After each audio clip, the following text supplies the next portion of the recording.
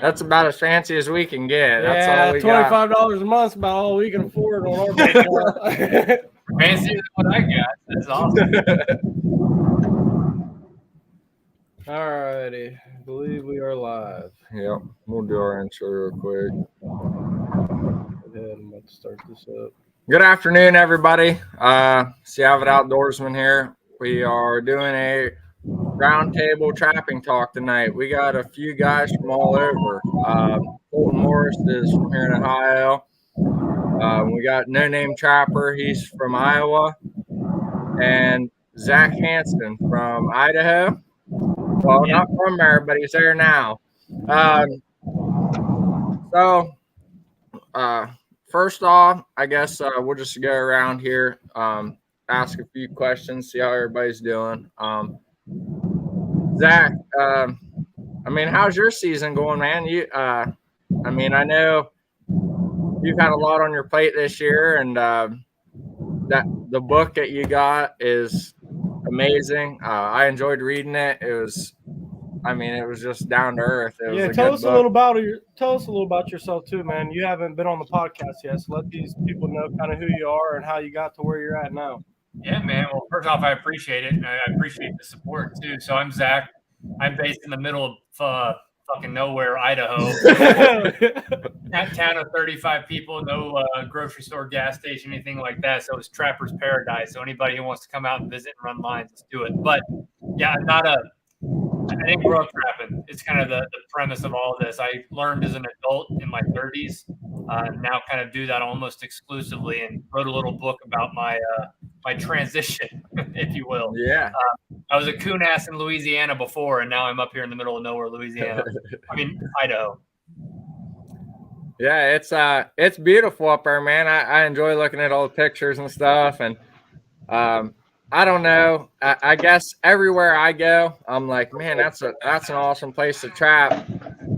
But I post pictures and people are like, man, that's nice out there. So maybe it's just me and I'm used to where I'm at. But I would love to come out there. We'll do it. Maybe y'all bring me a little more luck. My season's been a little rough. Like you said, I got 2 kids under 2 right now, so that's going to cause a little bit of a problem. But I'm doing a lot of beaver trapping. Probably got about 12 beaver. Got a big 5.5 foot otter. Other than that, I haven't connected on a wolf yet. That's definitely cool. I'm trying to get after it.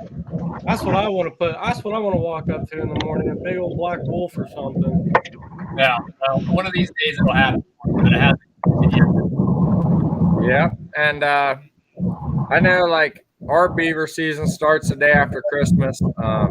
It holds us up a little bit. I do feel like the spring beaver season would be nice here, but everything's always iced over and you're just fighting it. But I did get a good bit of properties lined up this year. That's one thing I'm going to target a lot more throughout the beaver season. But I'll run a lot of coyote traps along my beaver line. Oh yeah. We had a big nuisance job this summer on beaver, and like, prices aren't shit. We're just gonna go ahead and get these out of here. And they were like, Yellowstone dropped the new season, and we're like, damn, we should have waited at least a little bit. Yeah, the old Stetsons are bringing in money now. Mm-hmm. I guess they feel or whatever the hell is causing those prices to go back up. Yeah. Our fuel's been dropping here, so we'll see. Yeah. Colton, what have you been up to, man? Tell us about your season. It's been eventful. It's been a wild ride. It's been actually a very successful season for me so far. I have some deer leases that I'm about to be gearing up for, trap on, get some canines off of them. But I started like the 18th of October here, canine trapping. So I had to let go a lot of the foxes I caught. I'm only up to like 24 foxes, and I'm up to like 125 coyotes now. So I did most of that within like 18 days. I hit 100 in 18 days, and then I ran a work line during November. And then I just kind of ran my little gentleman's mink line. and had very minimal success. I didn't set, pockets are probably like the big ticket if you want to catch mink, but I was just setting like top edge sets and culverts and just kind of blind setting and having a good time, I guess. Yeah. Playing in the water a bit. Just something to keep scratching the itch, Oh yeah. But there's a couple places that I don't mink trap because I just strictly like hyper focused on canine. So I don't set anything. I don't set DPs. I just set, straight trench set or a whole set, and maybe like a variation of a flat set. But on my canine line, I have mapped out culverts and whatnot that would be decent spots. Maybe pick up a mink or something. So I was out setting my mink traps, and I was walking around one of my old canine locations, and I took like 9 coyotes off this one like just this one stop on a farm. Like, I set like 5-6 traps in that one kind of like the hub of the farm, and I went back. It was probably a month or no, it was actually like a week and a half later, and running those mink line, and there's coyote tracks at my old sets, and I'm like, well, I'll have to get back at it, I guess. Can't get them all. Well, you try to think you're the best, or you try to think that you're doing the best you can, but like you said, it's especially hard. hot spots like that too. I mean, them coyotes will. Yeah. As soon as you take 1 or 2 off, the next one moves in. That's just how they go. Well, the thing too is, I baited that spot up, like in August, September, and then 1st of October I took the bait off because there's like a little, I don't know, it's kind of a finicky rule, I guess. In Ohio, it's like you can't trap on exposed bait or something. So I didn't want to have to run the risk of getting into it with the game warden or someone complaining or bitching, about being unethical. So I just I made the spot, but whenever I set, there was nothing. Yeah. I'd throw out like a hog, or I get butcher scraps from a local butcher, and you're talking, I would get like 10 5-gallon buckets to just dump it at spots. Yeah. Just, bait them up. See, I've been butchering deer for a lot of people locally, and I've just been dumping them. And as soon as we get a good snow, I'll be snaring like crazy on that bait. I usually go about 20 yards on each side, and then start snaring the paths down, and it works pretty good. I've always done it beaver trapping. I've always just skinned and thrown, and then we set snares on that beaver, and it's pretty simple doing that. But we try not to snare any like deer or anything here, and we have breakaways, and they're like 275 or 280, I think the breakaway is on my Camelot. And I snagged a deer last season, and I was running an ATV then. This year I just ran a truck line, and just pulled the deer out, cut the back straps out, took them home with me, and then just kind of opened it up, and took my quad, and just, there was like a little CRP grass, and I just drug it out to the middle of the field, took my quad, and just made loops and tracks, and just hung snares on it. And I had decent success with that, but I also had a couple chew outs where I thought I had better entanglement, or it could just be that outlier. Yeah, I really got into snaring a couple years ago. I started looking into it a lot more, doing more of it, and I mean, I sucked, but I still suck at snaring. That's like my. It's probably one of the best tools that I've gotten though. I'm not very proficient at it either, and I'm getting there, and I'm trying. The coon, I can lay them out with snares. Beaver, same way, but coyotes and fox, I'll either get a jump through and catch them mid body, or right. Yeah. I don't get to behind the ears, and I don't. No, it's not fun dealing with them, and then they're all ripped up, and they ain't worth nothing anyway. So. Yeah. Alrighty, it's never fun. Logan.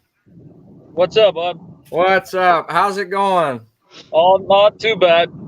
As you guys can hear, Logan's still driving home. He's out setting traps. So Yeah, I was plugging in a couple dirt holes using the headlights of the truck. Finish out the night, but caught coyote number 10 today. Had mange though, so just starting on my coyote line. Really, we'll see what happens next couple weeks.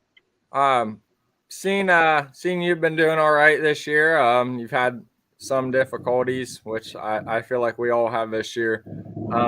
But I mean, you've still been putting some pretty good numbers up. Yeah, we've got a heavy coon population and coyote population, but to counteract that, we've got distemper running through the coon population, and the coyotes are suffering from mange pretty bad. So yeah, it's kind of offsetting itself, you know what I mean? But yeah, I'll still hit my couple hundred coon that I wanted to. I'm almost there now, and we're just now getting going on coyotes, catching a little bit of everything now. A couple mink. I haven't even tried for otter yet. I've got a nuisance beaver job one direction out of town, and then I got a nuisance badger job the other direction out of town. Just a lot going on. How many cats you at? I'm at 2 right now. It's been a little slower than usual. Not really sure what's up with that, but I haven't set any dirt hole sets till today, so we'll see if that changes. That's just 2 blind setting trapping raccoon that I caught. Yeah. So I talked to you the other day. You took some fur to Grunwald yesterday. Yeah. And from messages I got from you, I mean, it wasn't as bad as you thought. No, so all the guys that I talked to were pretty pleased. The coyote market here in Iowa is crap. $3 I think for put up coyotes, the best we have around here, $3 and $5. And so the coyote market's crap, the mink market's crap, but everything else was sitting pretty well. That's good.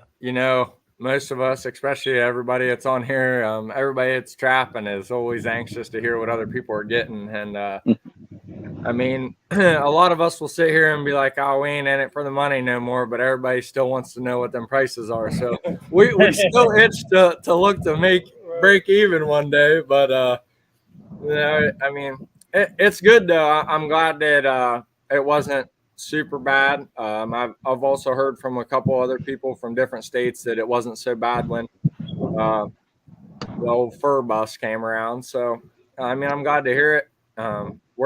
We're plucking away here. I never have barely any skunks, so I don't catch very many. It seems usually I haven't really seen mid February they start breeding, and we'll get a lot of them running through. That's usually when I'll actually try. Coyotes, I haven't really had much out. I had a bunch of sets flooded. I literally called him the other day and was like, "Hey, meet me down here. Bring this." He got down there, and right before he pulled in, I was walking by a brush pile, and 4 coyotes took off running. So I'm like, okay. So I'm like, hey, while you're at my car, grab traps, bring some back here, and we put in 5 sets. One of them was a blind set, like 15, 20 yards from a den. I mean, the path was clear as could be. Nothing. We're on a daily basis there too. Yeah. I've been checking those traps while he's been at work, and I mean, I told him yesterday, it's like, dude, there's coyote traps 6 inches from our trap. I mean, they're there. Traps are all 5 of those traps are still good besides one. I mean, the dirt hole was flooded, but other than that, they're there. I told him, I was like, dude, we just got to be patient because they're coming. And I mean, there's fresh tracks every single day out there. So it's just a matter of time before they, I mean, popping a piece of steel, and then I'm looking at them. But that pissed me off yesterday. I called him. I'm like, the damn coyotes, man. I was like, literally 6 inches from our trap. Always smarter than you, at least smarter. Yeah. They try to be. I had them down out there. I know at the beginning of season here, I posted some videos. Most of them that I had trapped were in this location. The fox, I had 2 fox out there I released. I had, I don't know, 30 coon in 2 weeks that I had to release from there because it was October. But Like 10 I slammed the coyotes out there right off rip, and I had to get in there early because there's a guy that coon hunts down there, so he don't want me in there while he's down there hunting, obviously. But I don't understand. I got him before, and now I can't pull him out, so I don't know. Yeah, it's weird. And then it's crazy because that part, I mean, it's one of the biggest fields around us. I mean, that looks like where Colton's at, nice right. and flat. I don't get that very often, so I take advantage of it when I see it. Yeah. Oh, you got to. Yep. You're in the prime. Yeah, I noticed though that they typically don't den up towards this time of year. Yeah. They usually den in the, See, but I guess if they are denned, they typically have a secondary location den that the because like if you notice in the when they're whelping and everything, if you spook a den, all the bitch will take the pups out and move them to a secondary den. They'll never come back to that den. So something to think about. I don't know if that's what you're dealing with right now. Typically, I mean, I wouldn't say that it's not possible, but yeah, I don't, I haven't noticed many of them using dens to, congregate, I guess. Yeah, and this spot is really, it's right along the river, big cornfield, bean field, scattered throughout, and it's really like it washes out in the middle of them. There's like a little runoff, and it's like a huge tree down in there that's been pushed over. Somebody just mangled it with the tractor, and they just got a little cubby where they go in, and that's as soon as I stepped by it, they were boogieing. Yeah, I mean, it's kind of hard to see tracks up by there because of just how the layout is. Yeah, it's that big, tall yellow grass stuff, So, I mean, you can't really tell if they've been there or not, but they're still in the area. I mean, like I said, you'll literally every day you'll go out, the newer one or the older ones will be kind of pressed up, like fading away, and then there'll be new ones literally pretty much right on top of them. And really, like they're traveling this every single day, and it's day 4 since we slammed those in, so hopefully any day now capitalize on that. Hey guys, I hate to cut out on you guys, but I got to pick up some pizzas and feed the family. Alrighty, You're good, buddy. Don't eat them all on the way home. Save some for the kids. No promises. Have a good one, guys. Thank you. Later, buddy. Take care. Take care. Bye. I mean, I don't know. I mean, you guys, I know we're all pretty well. I mean, me and Colton are decently close. But like Zach, Zach, tell us about your book a little bit, man. Tell us a little bit about your story and everything. I want to hear more about this. Unfortunately, I haven't read the book yet. Tucker read it. I'm next on that list to get it. So, yeah, shit, I appreciate it. Yeah, I mean, it's a story as old as time, I guess. I grew up in the Southeast. I was always like peripherally like around hunting. My friends hunted. I just never got into it for some reason. I was too busy wrestling and chasing girls. So, eventually I married, and I had a rough relationship for 7 years with my now ex-wife. Started hunting late in that relationship, picked up a bow and started a deer hunt in Tennessee, and talked with my father-in-law about trapping and stuff. And then we got divorced, and I said, fuck all this. I'm moving to Idaho because I knew I wanted to live out there eventually. So I had nothing to hold me back. So I moved out to Idaho and just went full bore and trapping and hunting, and, met a lot of friends out here with Idaho Trappers Association, Montana Trappers Association. Those guys took me under their wing and taught me a lot. But, for me, where I live in the middle of nowhere, I got lucky that there were a few old timers here that didn't trap anymore, but were very keen to tell me where I was going wrong, which was good. Especially the marten trapping, the beaver trapping, and everything else. So they kind of, I could drag a few of them out on the snowmobiles every once in a while, and they'd show me a few things, and it was great. But yeah, that's the net of the story. And then I found a mountain girl, which is fucking awesome. She's a great woman. We have 2 kids now, so we just lived a Good for full, you. outdoor life, which is pretty great. That's awesome, man. Yeah. You like northern Idaho? No, central Idaho. So, as the crow flies, we're like 80 miles from Boise, like I guess northeast. We're on the Boise River is what I'm trapping, water trapping wise. But Nice. yeah, we have an 80-mile dirt road, and I'm the highway commissioner out here. So, it's either avalanched in or rock slid in half the time. And I was hearing you guys talk about flatland trapping. Like here, it's like like the story as a kid, it's like uphill both ways and 6 feet of snow. It sucks. Yeah, it's definitely a change of pace, especially for somebody like me. If I came out there, it's just something. Being from completely different. Louisiana, I'm sure that snow's just a little different than your normal bayous, eh? Yeah. So that flat land to 7,000 feet is where our house is at, and you go out the back though, it's great because I can literally open my back door and we've got 3,000 acres of national forest land I can trap. So I've got trap lines I can run straight out on the sled and take the snowshoes and just go. That's awesome. Yeah. What's your population density out there? Like, is it dense or spread out? A lot of landowners or? No, so I guess the density is like all concentrated. Like we have one little bubble right in the Boise National Forest, right on the Sawtooth National Forest too. So, I mean, literally there's just 35 landowners right there. And then there's 3,000 plus acres all around us. So we have 5 wolf packs that run around. You can hear them off the porch every once in a while. And that's cool. Yeah, it's bananas. Heck yeah. Trying to get your hands on one of them, huh?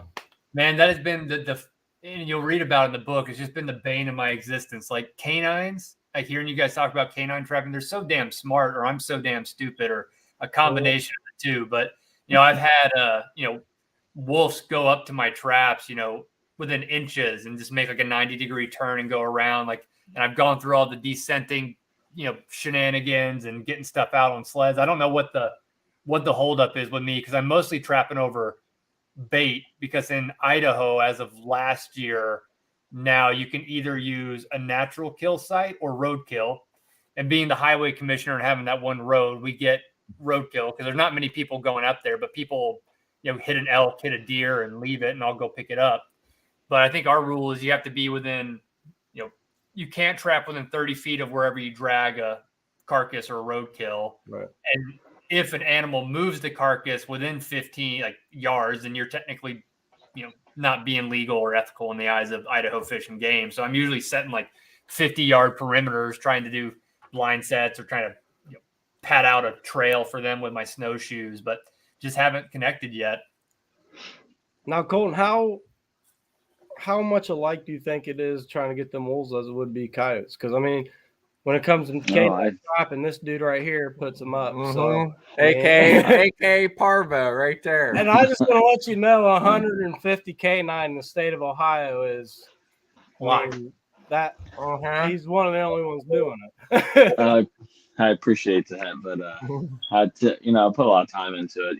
It might seem glamorous at the end of the year with the photo, but it's a lot of time away from my wife and kid. And, but they're in the same. I guess what the Canis laterans is for the coyote, and I can't exactly remember what the wolf is, but they say coyotes have like a certain percentage of red wolf mixed in with them.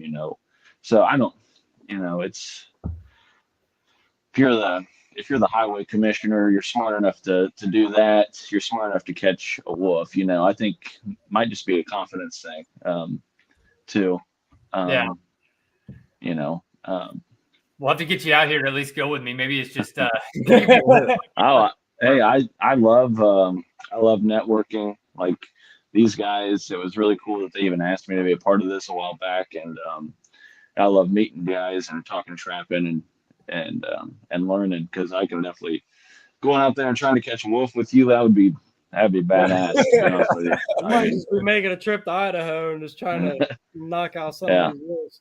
Hey man, that's a great thing. We can go do that, because like if you guys come out, we got room at the cabin, and we can just go trap everything. Hit it in December where we can hit beaver, otter, wolf, marten, badger, everything. That's what I was telling him the other day. I was like, I want to put up some of them pine marten. I want to go out somewhere that's got them, and that's what really. Yeah, that'd be cool. Yeah, it's one thing that got me interested in trapping, watching shows and stuff, and then guys out in Alaska and stuff putting those pine marten up. I'm interested in those. So yeah, they've been a lot of fun to catch. You guys have mountain lion out there? We do. I actually, I'll have to send a picture right outside our backyard. Our neighbors, nearest neighbors, so half a mile up a hill from us, they set out salt blocks, and just because they don't hunt, they don't do anything, they just like to see the deer and elk come in and all that stuff. So I was out walking our dogs, and my dog got on a track. And I was like, "What the hell is that?" And of course, it was a decent sized mountain lion track, and it looked relatively fresh in the snow. So I followed it for about a mile, and then it was already long gone. But yeah, You're brave. You're brave. So, I had my freaking Shih Tzu with me, and that dog I think would tree a mountain lion. We have a 130-pound Cane Corso, just this big brute of a dog, ears, tail, badass. But he's the biggest chicken in the world, and our Shih Tzu would just, she runs the rooms, and I actually have more confidence in her taking down a wolf or a mountain lion. It's the little dogs, man. They're meaner than hell. Like the Chihuahuas and stuff. They're tasty. Yeah, I've always wanted to catch a wolf, and I've always wanted to catch a mountain lion. I think that would be. I'll send you guys a video, so I'll have to ask him if it's cool. But Rusty Kramer, who's the president of Idaho Trapper Association, great guy. When I mentioned him in the book, but he's been helpful for me. He's a wolf trapping machine, and he sent me a video last season of him and a partner out there, and they had caught 2 mountain lions in their wolf traps, before 9 a.m. and the release videos of them releasing those pissed off cats. Oh yeah. Yeah. I can only imagine. I've had to release bobcats. We were on the phone with Colton one day. Yeah. Something with my bare hands. So I can only imagine trying to grab a mountain lion behind the neck. I don't think it'd work the same way as with that bobcat. Probably not. I'll send a video though. Do you have to have a tag prior to trapping the mountain lion, or do you get it after you trap it? My understanding is you can't. I mean, you have to release mountain lions, so I don't even think you can trap mountain lions. But you can get a pocket tag to harvest a mountain lion. So you can call them in, do whatever, and shoot them. You just can't trap them for whatever reason. I want to be wrong on that law, but that's. I think dogs. I want dogs to tree one and let me shoot one with my bow. I want to shoot one with my bow. I think it'd be awesome. About doing that. Well, we've got Boone and Crockett size mountain lions all up our corridor in that Boise River, between Boise and where we're at, because we're the end of the road. You can't go any further than us. Otherwise, you hit the Sawtooth Mountains, and you got to take a plane and hop over to Stanley and the bougie side, all that area. Are you far enough north now? Not even sure if they're in Idaho, but I mean, you guys have the type of weather. Any lynxes or anything like that up that way? So there's 2 things. So the Sawtooth National Forest allegedly has lynx. I've never seen tracks or anything. And we've also, I don't know if I'm supposed to say this. So allegedly wolverines out here in the Sawtooth National Forest, even though they haven't seen them. And fun story was one of the old timers in town who was going out and helping me with bobcat when I first got up to Atlanta. He didn't trap anymore. I'm like, why don't you trap anymore, Bob? And sadly, he just passed away 2 weeks ago. So R.I.P. Bob. He's a bad motherfucker. But anyways, I was like, why don't you trap anymore? He's like, man, I was out setting, for bobcat. And he's like, I got to this site and the trap was gone. It's like, I've never seen anything torn up like this was. Like everything, like my steak, everything gone. And this looked like something like a Tasmanian devil has swirled there. So he got his buddy to get his 2 tracking dogs and tracked it down, and they tracked whatever it was up to this mountain ridge, and the dogs never came back. Dogs got mauled by whatever it was, and he's convinced it was a wolverine. And they couldn't go in and get the 2 dogs till summer next June. And this was probably December, and this next June they went up and found the dogs all torn up and just their skeletons left. So allegedly Wolverine, lynx, they are here. I haven't seen them, but what to think about. You get a lot of bobcats out there, obviously. Yeah, so bobcat season for us mid-December, so it just opened. So Nice. I have not had any luck yet. I caught a bobcat out of season and had to release it. Going to the snares. Every time I set a snare, I catch a non-target animal. Even though it wasn't a snare, it kind of got caught in there. Thankfully, it didn't get dispatched or anything, and I had to release it. But how big do you set your snare loop for your bobcats? I was always told by some old timers, you set like the big loop for canine, but you have to set like a small loop for cats. And I don't know I've been matching my canine loops to be honest, so it's probably like that. 12 like that. That was what I was told by a couple guys from Indiana that trap out in the West, and they're like, you'd be amazed at how easy they can just jump right through those larger size loops. Huh. Well, I know what I'm going to do tomorrow. Yeah. How many have you released this year, Colton? I've only caught 3 this year. Okay. Last year I caught a hefty year last year, right? Yeah, last year I caught 14. But I moved my trap line a little bit north, and that's why you guys see a lot more flat country, because it's like the glacier came through Ohio, and I live in like the Appalachian of Ohio, so like where I live, it's all rolling hills and valleys, but then once you start going north towards Columbus, Ohio, it just starts to turn flat into right where that glacier came through, and it's all ag country and just islands of trees. It's like the mecca of if you want to kill canine. I mean, yeah, I'm from that area. Yeah, I mean, you can do it. I mean, not this year, but last year I did it all within like a 15-mile radius of my house, and it was all there were no dead piles, there were no bait stations. Right. I just did it. It took me 7 weeks though to do it. I remember telling you guys in that first video I want to do it in 2 weeks. 18 days. Yeah, I didn't quite make it. I was busting my ass, so I was like, motherfucker, I gotta get this going, because I told these guys I was gonna try and do it, and still very fortunate, very dude, and to do it out of a truck, like everyone told me, oh, you can't do it out of a truck, you're gonna have to get in a quad. But we had that great dry ass weather, and I could drive everywhere in the truck, and I mean, I would drive right up to my sets. I would literally you watch any of my videos I've posted on YouTube, and you'll see like I drive like right up to sets, and I don't know. It just worked out really well, and I'm blessed. I'm really blessed. Yeah, and I talked a little bit earlier to you guys. I went up today. A guy that one of my friends knows, Doug. He owns Created Outdoors.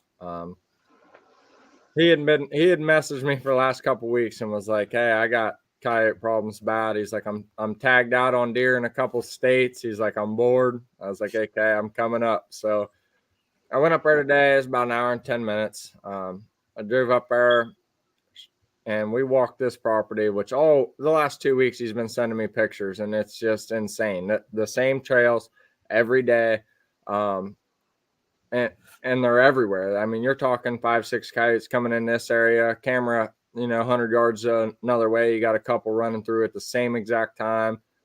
The fox, and I went out there today, and I was like, okay, this is awkward. Like, this is weird. It's all in town, every bit of it. And I'm like, what, how do we do this? And he's like, I own this 36 acres. He's like, there's some over here, some over here. He's like, but he's like, we're allowed to dispatch predators in town. I'm like, that's something new there. I'm like, I like that, and he also is on the board too. Yeah, he's on the board. But we rode out this property, and I was like, I mean, that's easy pickings. There's tracks everywhere he's drove. It's plain and simple. All these little access roads and stuff are just covered. we only put in 7 traps today. Over the week he had bought 12 brand new traps, got everything, got all the stakes and stuff, and we went out today and we got 7 sets in, 6-foot traps, and I had a just a beautiful trail I had to put a snare on. And this is all for him, he's going to run everything every day, but we worked on it. I taught him how to make the sets. The very last couple sets of the day he did, and I told him, I don't care if your dirt hole looks like shit. I don't care what your backing looks like. It's all about your trap. Make sure it's bedded. And we used a couple different baits in different areas. I gave him some stuff when I left today, but I think he'll enjoy it. He obviously he's a big deer hunter, and if you get into the trapping side of it, it'll change your whole game plan when it comes to deer hunting. I've always been a big deer hunter. I love putting big bucks on the wall, and ever since I started trapping, it's like, well, I don't need all year to shoot a big buck. I need 3 weeks. You know what I mean? Give me 3 weeks, and I'll put him on the ground. I've But been out 3 times. and what do you think that is? I think that's true too, because when I started trapping later, I feel like my hunting actually got a lot better. Yeah, and because when you trap, you learn your animal. You know what I mean? You need to know where he's going, where he's coming from, and why he's in that area. When a lot of people start deer hunting, they look for a heavy, active area and sit there. Well, it might be heavily active, but when? At night? You know what I mean? When they decide that they want to move around because it's cold. And I don't, you know what I mean? I've learned that, okay, in the summer, food's plentiful. I'm not going to sit on that field edge and wait for a deer. Right.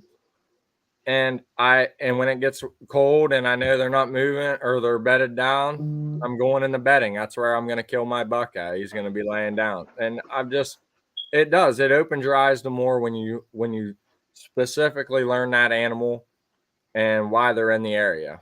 And that's why all these people that are against trapping and stuff like that, like I get into it all the time with particularly my mother, but she's in that. But anyways, I tell them, like, you think we don't give a shit about these animals, but I'll tell you more about this animal than you could even think you could know. You know what I mean? Like, right.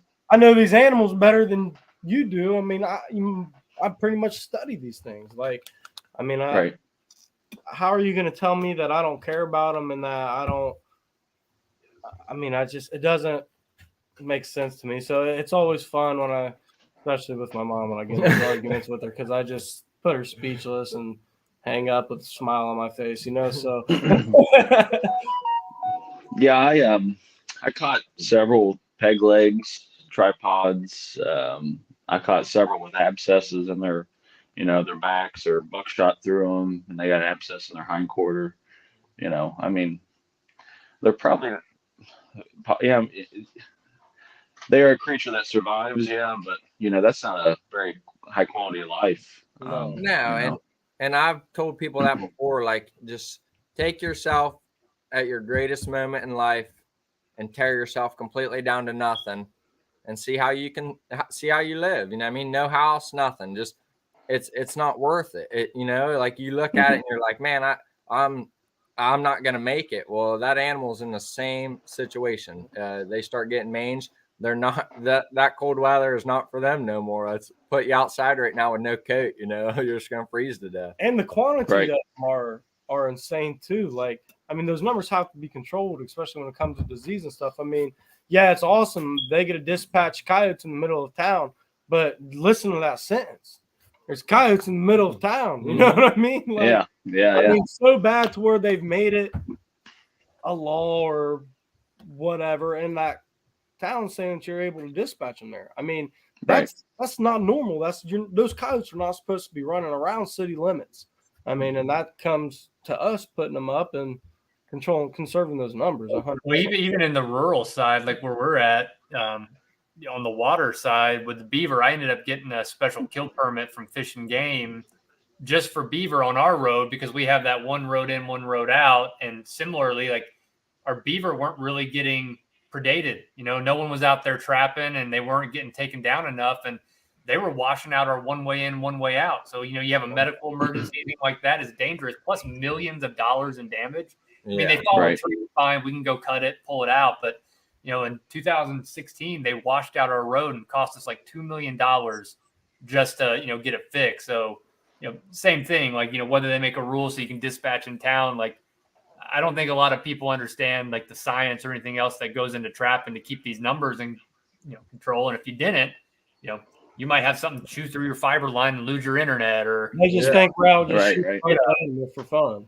Yeah. And I actually had Ohio State University. I had a couple ladies come down the other day, and they trim all the whiskers off all the animals I catch. And they mainly your coyotes and gray fox and red fox and stuff, most of your canines. But they wanted to see what they've been eating, and they can look back through the whisker for the last several years that they've been alive, and see what they've ate. And Idaho Fish and Game, I don't know if you guys can see this, but they sent all the fur takers plastic bags for bobcat jaws, lower bobcat jaws. And if you had trapped a bobcat in the last 3 years, they sent you some, and they're even paying you $5 a jaw. That's just good. so they can go in and do testing so they can understand the population better. So it is interesting how much science does go into this stuff. Yeah, and I was weary at first because I'm like, this takes the wrong turn. These people are gonna be like, why do you have so many dead animals in your garage? And I'm like, oh man. So then I'm like, you guys can go in here. Like, this is my first shed. I said, it stinks. I said, there's dead animals. And they're like, okay, we're all for it. I'm like, okay, go in. Well, cutting whiskers off the deer that are sitting in the gut piles. They were having a field day in there. And I'm like, I asked them, I'm like, what is the purpose of this? Like, where does this go? And she told me that they were just doing the study to actually learn the animals in the area. They do it per county to kind of see where, like what they're eating in that area, which kind of was, that's okay with me. And I brought up the question, which it's not nothing that they can control, but I'm like, so when's our bobcat season? And she was just like, well, I'm not real sure, she's like, that ain't, I'm like, I understand that it's not nothing that you can push for. I said, but there's way too many. Like I've reported everyone I've caught. There's plenty of people around me that have been catching them and reporting them. And you in Worcester, Ohio, up here, it's about an hour above me too. I mean, they had one in the middle of the day just walking through town. Like that's not very good either. But so do y'all have mandatory reporting on those too? Because for us, it's wolf, otter, bobcat, where we have 72 hours to turn in and get a pelt tag, which is, a heroic effort for me out where I'm at. Like they'll make some concessions. You call in and be like, hey, there's like 8 feet of snow on the road. I can't make it. And like, all right, get here the next day, but I got to spend, gas money just to get down to Boise to get these pelt tags to stay kosher. So I don't know. Do you guys have that with bobcats? No, we honestly we can't keep them. Oh yeah. If I got a bobcat in a snare and it's dead, ODNR is going to take it and they're going to sell a pelt.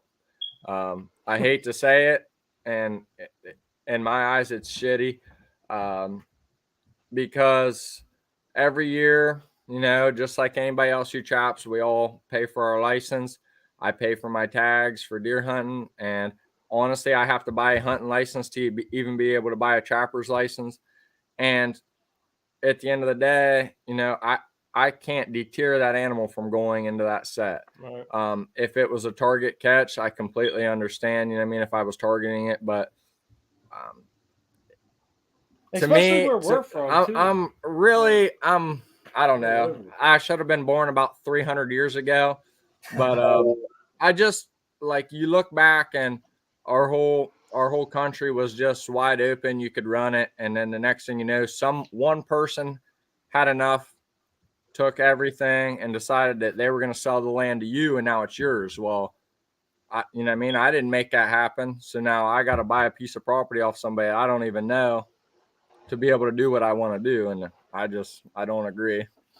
Yeah, I feel bad for you guys, man, because like I'm assuming most of what you guys are doing is private land trapping, right? Whether that's like because thinking about where I used to live in the Southeast, like I have no idea how I would have even broken into trapping, right? How would I have gone about doing that? So, I mean, for people who are trying to get into it later in life like me, I got lucky where I started because I just had, public land that was accessible, open, and full of animals. But man, I feel bad for, experienced guys like yourselves having to go about work with other landowners, or people coming to you. And then, if you are new, how do you even do it? Yeah. And that's hopefully your grandpa or someone has property that you can trap on, or but it's like I think I have like over 130 permissions on, probably 100 landowners. Some of them own more property and spread out. So I was asking about that density. Like Ohio, at least where I'm at, it's like every 100 yards there's a house, or if you're fortunate, if you're out in the country or somewhere extremely rural, or out in BFE, but and then I've had run-ins with neighbors that thought that they were allowed to use the property to do whatever they want on. I've caught their dogs. It's just I've had traps stolen. I've had coyotes stolen. It's a pain. And then I was going to mention this earlier about the red foxes. It's like I carry a bottle of dexamethasone and a bottle of penicillin, and I usually just give them an injection of each IM, especially when I'm trapping in late October because you can't keep them. So, their paw can swell up. They might not die. They might be okay, but to give them the best outcome, I try and do the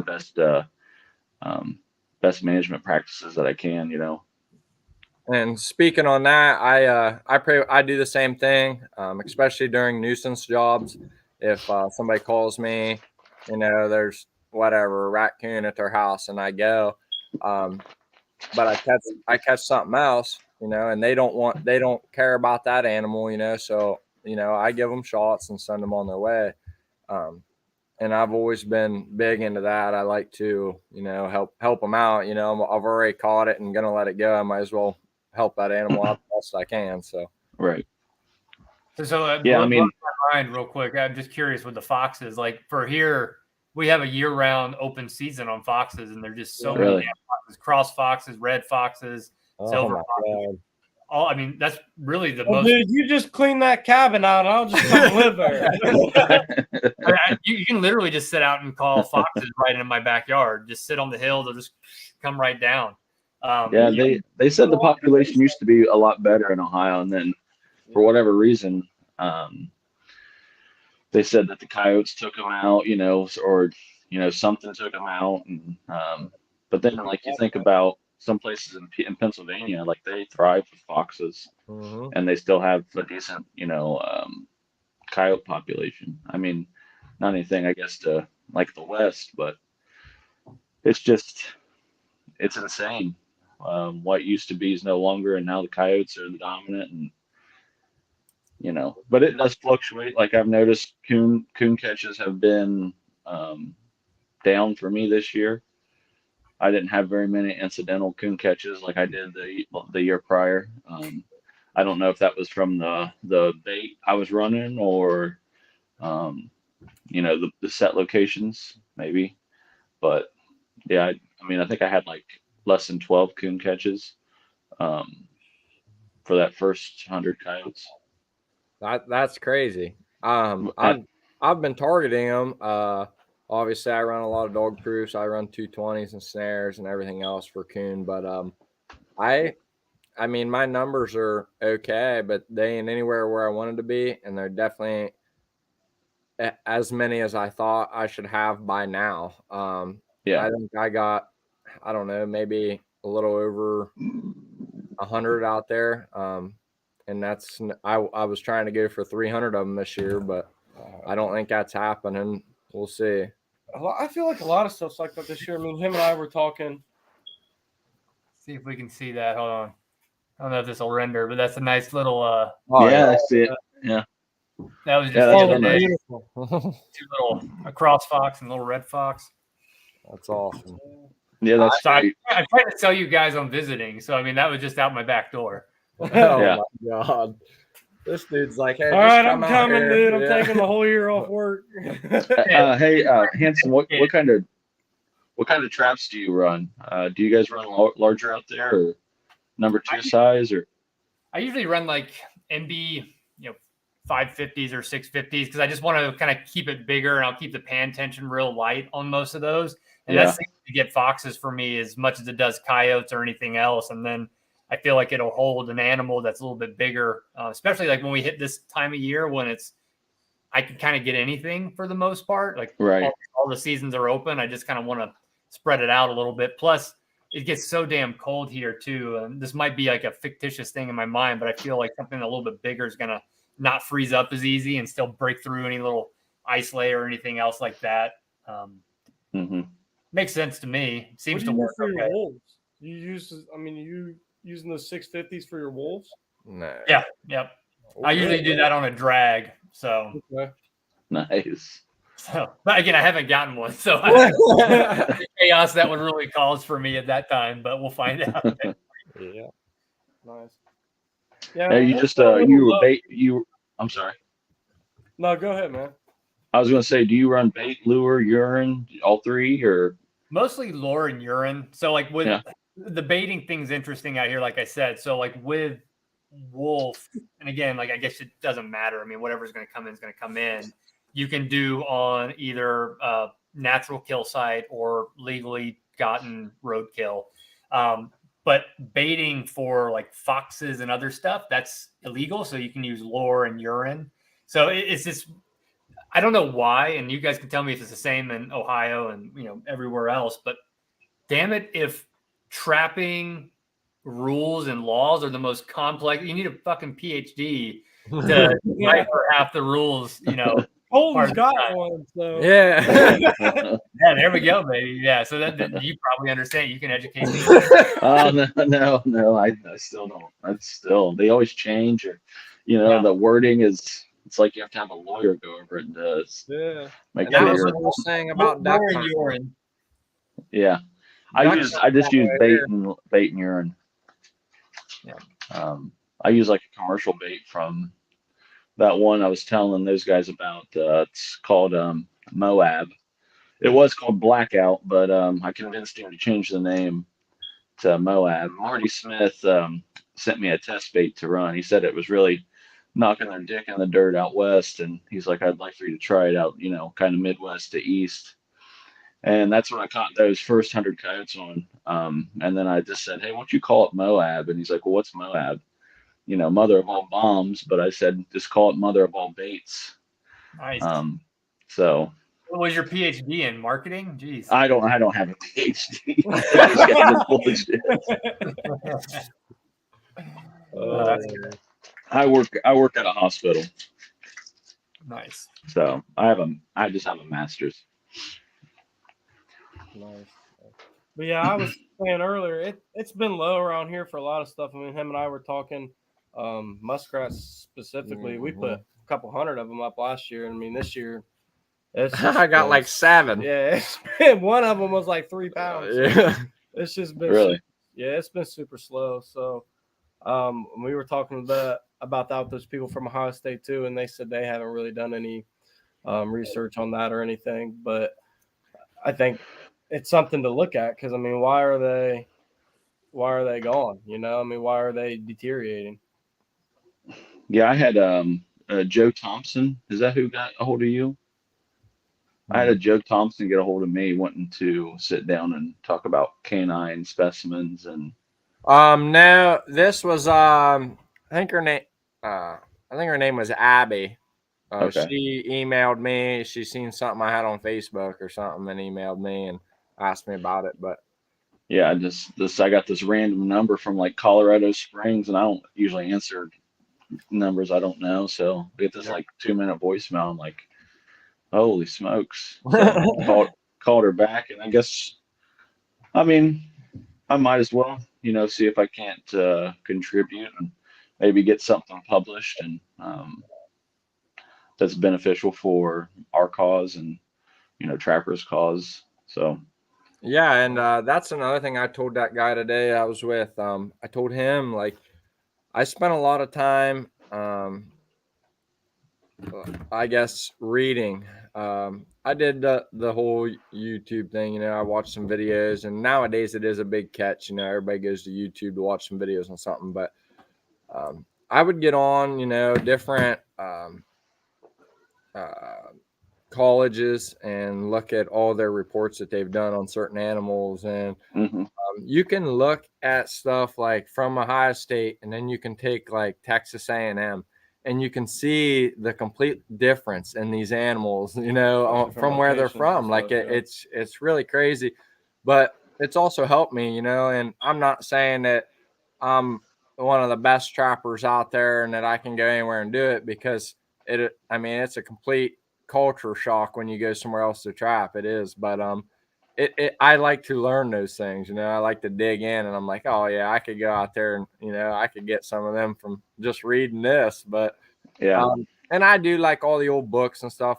Tom Miranda has always been one of my top favorites my whole life. You know, I've always watched his videos. I've always read everything he's put out. But and it was good to watch him the other day with Jeff Haggerty. You know, they were out trapping, and the thing I like about watching them guys is they're not out there like, oh, we need to catch 700. Yep. Yeah.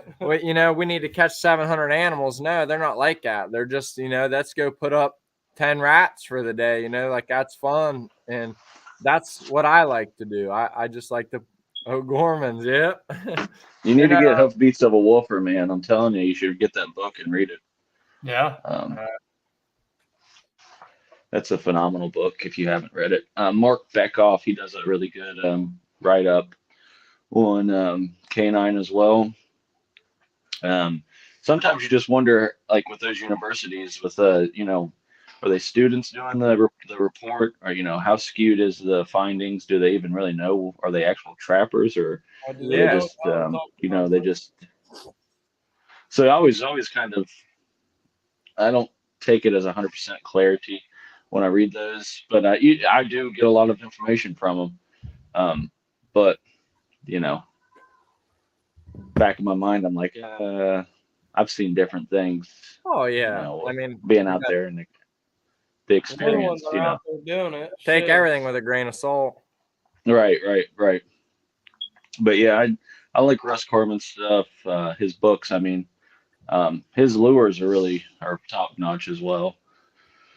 A shout out to Tom Miranda though. You know, from a relatively new trapper and reaching out. I mentioned him in my book because I picked up one of his waterline trapping books when I was getting started, you know, just blindly. And so when I wrote about him in my book, I reached out. He was kind enough to read the chapter and give me the thumbs up on mention him and everything. And you know, Good. Yeah, that's what it's all about, man. Everybody actually, you know, not having too big of pants on at the end of the day. I haven't met a nicer group of people, you know, like to be honest, like especially like because in the hunting space, honestly, I've met some friction. People are like, "What the fuck? What do you want to do We this?" talk about that all the time, dude. The trappers, we're so tight knit, and I mean, there's you still have your assholes out there. I mean, don't get me wrong, but at the end of the day, everybody usually helps everybody out. I mean, we're pretty tight knit, and I mean, when you can go to the NTA and talk to the biggest trappers in the country, I mean, you're not going to the NRA and talking to Steve Ranella. You know what I mean? This is not.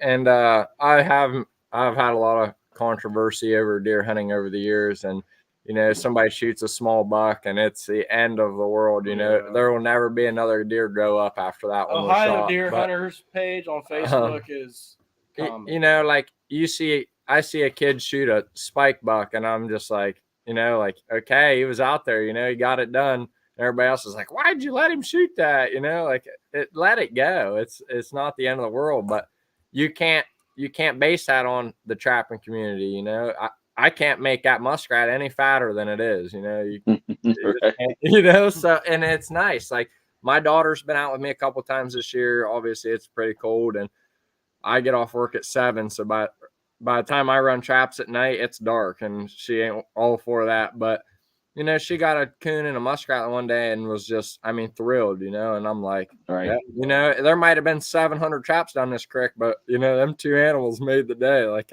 I love it. Well, we're running on an hour here, boys. Yeah.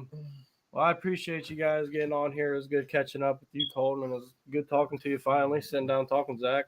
Yeah, appreciate it, Like guys. you got it going on out there. I feel like we're going to be staying in your cabin sometime soon. So, So just to be clear, like I put the offer out, and I've had one guy who's nutty enough to come out, and on both accounts, my wife was like, I hope this guy doesn't murder you, or his wife was like, I hope this guy out in bumfuck Idaho doesn't murder you. And we became great friends. We went out bear hunting in May. It was great. So we couldn't get that lucky, dude. Trust me, we'll be out there. Yeah, nobody will kill me, sadly.